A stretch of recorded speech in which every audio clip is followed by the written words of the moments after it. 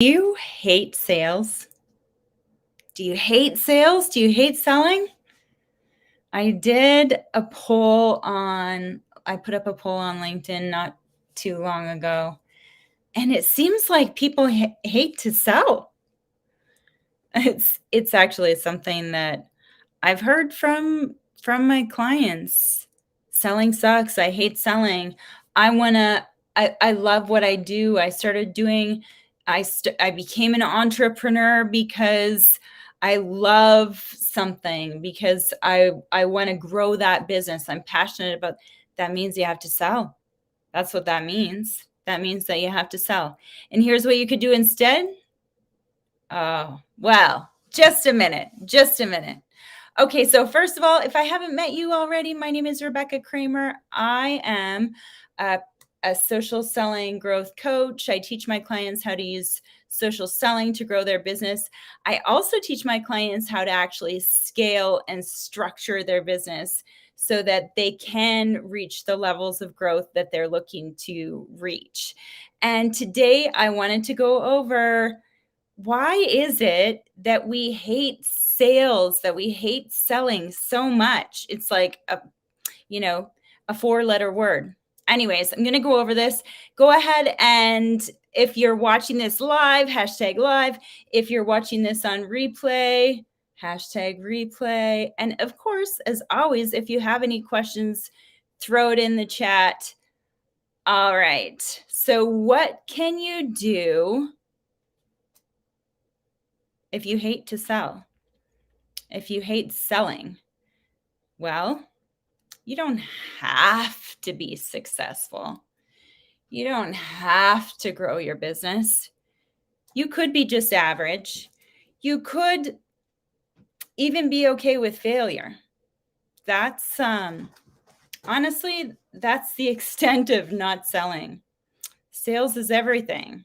Sales is everything in life. You can't negotiate with a child. You can't go to the grocery store. You can't leave your house without selling to someone. If somebody convinces you of something, you actually were sold. They got to sell you something.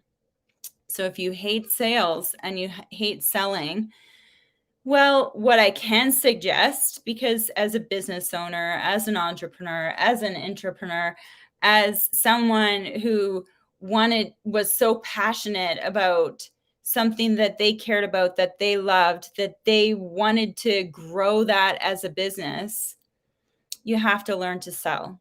And I'll tell you what makes things easier, what makes selling easier, what makes sales easier. Well, actually, it's the end part that makes it, it reminds us that we want to be doing it. But until you get to that end part, that sale, you do have to really focus on practicing and creating a structure for yourself so that you can get comfortable with selling, so that you can get comfortable with sales. I mean, we're all uncomfortable with things. We're all going to be uncomfortable with things that we don't know how to do, right?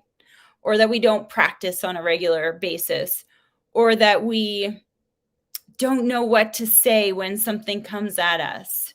I will tell you, I promise you, the best way to get comfortable with anything, the best way to get good at something, is to know what the end goal is, to understand why you're doing it, to know the purpose of it, to actually know what you're going to do throughout the conversation, and to know how to handle those objections.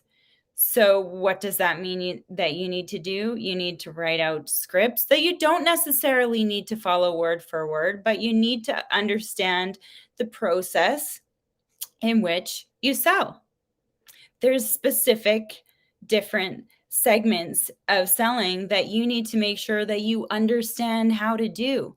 Because if you're really good at lead generation and you're not good at the presentation, well, you're always going to get stuck in that spot.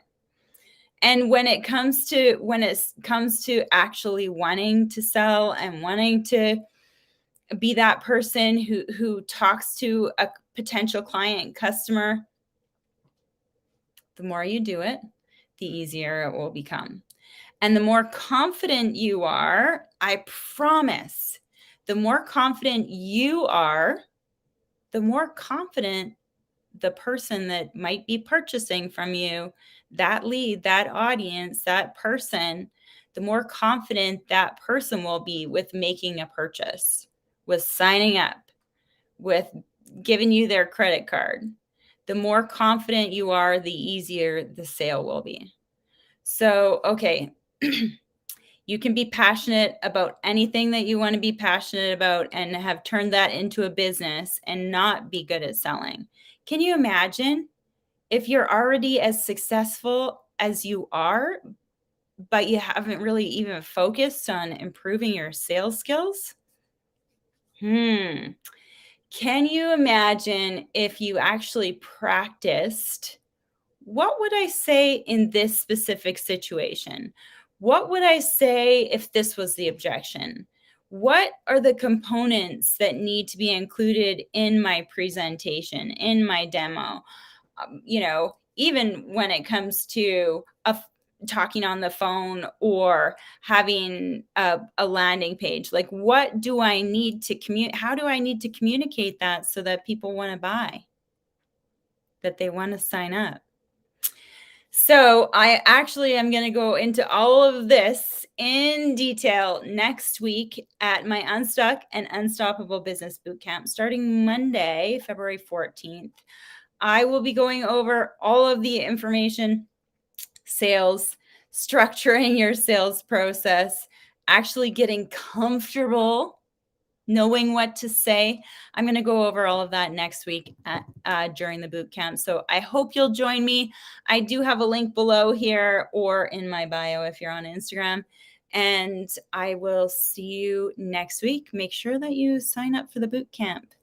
We'll see you next week. Thanks so much.